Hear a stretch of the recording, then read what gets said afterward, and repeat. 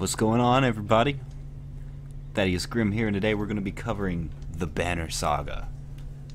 Pretty excited about this title. I love Vikings. I studied history for 4 years, and it was absolutely my favorite topic to go over. Just the culture, the tactics, the wars.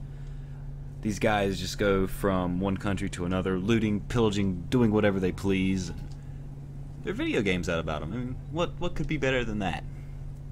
I've already played about 15 minutes of this game just to have a good idea of what I'm getting into. And before I go ahead and spout too much about it, we're going to go ahead and hop right into the action.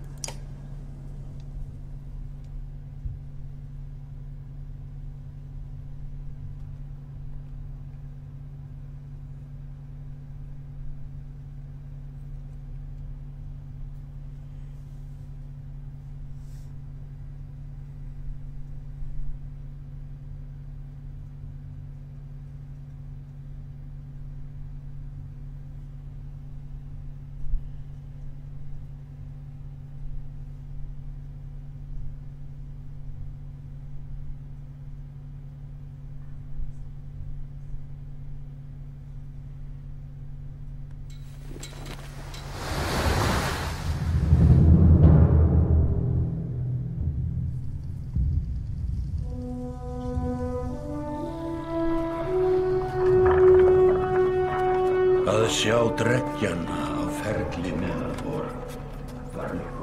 It has been several long months on the road.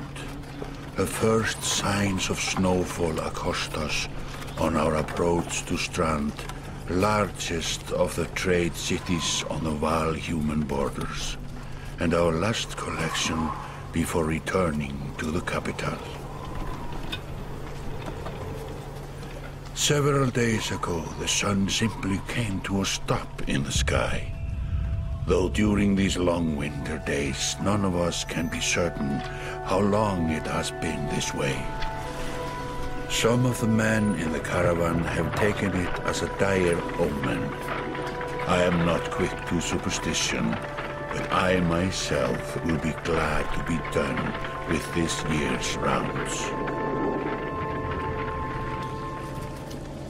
We have been warned by stranded travelers about brigands on the path through Ridgehorn, our road home.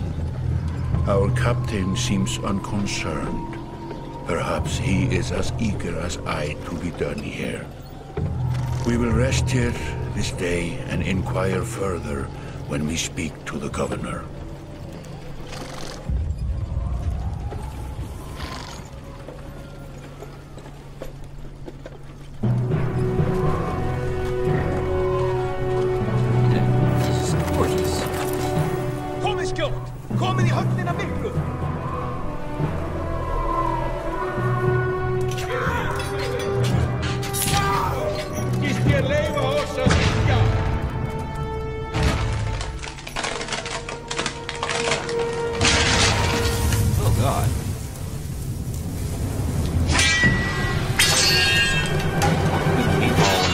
Up.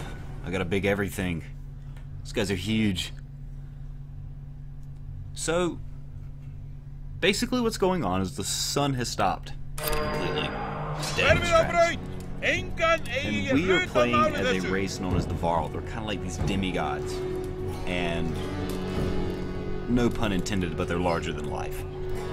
We come across this mead hall, and there are some brigands in here, and they're just causing all sorts of trouble. So it's up to us to go ahead and bring peace among our fellow recipients of good mead, bread. So let's go ahead and get into the action. I'm not going to sit here and read all of this.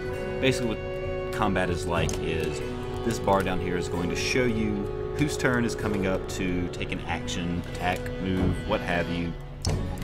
The blue squares is going to signify where we can move, and the yellow squares is going to signify what we can attack. But the thing about these yellow squares also are areas that we can move to by using willpower, which we'll go into a little more detail as we go along in the story about willpower. Let's just consider them as action points that you can build up by not doing anything your turn, and you can go ahead and do incredible things with willpower that you couldn't normally do. So we're going to take our shield banger and we're going to move him into attack range with this unfortunate fellow who has an untimely demise. As you can see, there are two numbers right here. Blue indicates his armor. He's going to repel 4 points of damage because he's got armor. What we could do is attack his armor and then start going for his health. Now your health also signifies how much damage you're going to do. The higher your health, the more damage you can do in combat, and as it goes down, you're going to deal less damage and you're just going to eventually die. But the game wants us to ignore attacking his armor and just go ahead and swing at him in the face. If we can go ahead and get through all this crap. Confirm it, we're going to attack, and boom, down goes the brigand. And then we're going to gain 1 renown. Renown's kind of like experience. You get to trade them in for certain attributes outside of combat. And so now the chieftain's going to move up to our shield banger. It's going to hit for 1 point of damage. This guy's huge. Not going to do a whole lot to him, right? I mean, humans in this game are going to take up 1 square that you see right here. Like 1 human would stand right here. But as you can see, the Varl, they take up 4 squares. These guys are massive. Huge guys. In fact, I'd say it's pretty folly to go up against these guys in combat. And what it's basically saying right now is the blue squares, like I said, is as far as we can move. But by using willpower, we'll be able to advance to these golden tiles. So it's going to consume a little bit of the willpower, and we're going to get to the destination in which we need to be in order to take these rapscallions, these ruffians down. Look at that bear. Look at a little polar bear. He's all chained up. Anywho, we're going to access our abilities, which is going to give us the power to take down both of these guys at once. If I can remember how to do this, we're going to click on him. We're going to select this purple swirly symbol, which is representing his ability Tempest. We click this guy, confirm it. It's almost like a whirlwind ability. It's going to bring them both down. And basically what it's saying now is we've gone into pillage mode. When there's only 1 enemy left, we'll be in this mode, and I don't really know a whole lot about it. Each character moves in order and there are no more guaranteed turns. Check the initiative to see. I'm sure it's going to go into more detail later. The chieftain's not going to do anything. He's going to gain 1 willpower. It's not going to do him any good though. He has, as you can see, no armor. So we're just going to punch. Well, stab him. And down he goes. Glorious victory. And 5 renown for our victory. Like a rabid wolf, that one. How did it come to this? We fool ourselves believing that peace will last. My grandfather built all this from a poor fishing village, you know. He watched the gods die, watched the chaos that followed, watched man and Var slaughter each other, even before the threats arose. All we've done is traded one struggle for another. Now that there are no more threats to war against, we war against ourselves. This chieftain meant to kill me, and he's not the first. A dozen families in the city would gladly take my chair. This one had men waylaying merchants, both north and south of the city, strangling trade. Quite well, I would add, though he denied it to his last. This sort of wolf doesn't stop biting because the head is cut off. It just grows a new head. It's a pretty bleak outlook you have there, buddy. I'm in a bad way, my friend.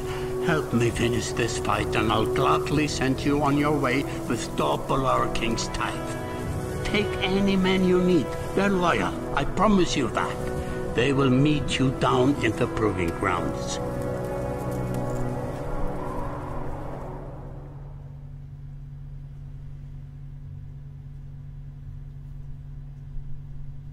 So we go into chapter 1. Only the sun has stopped.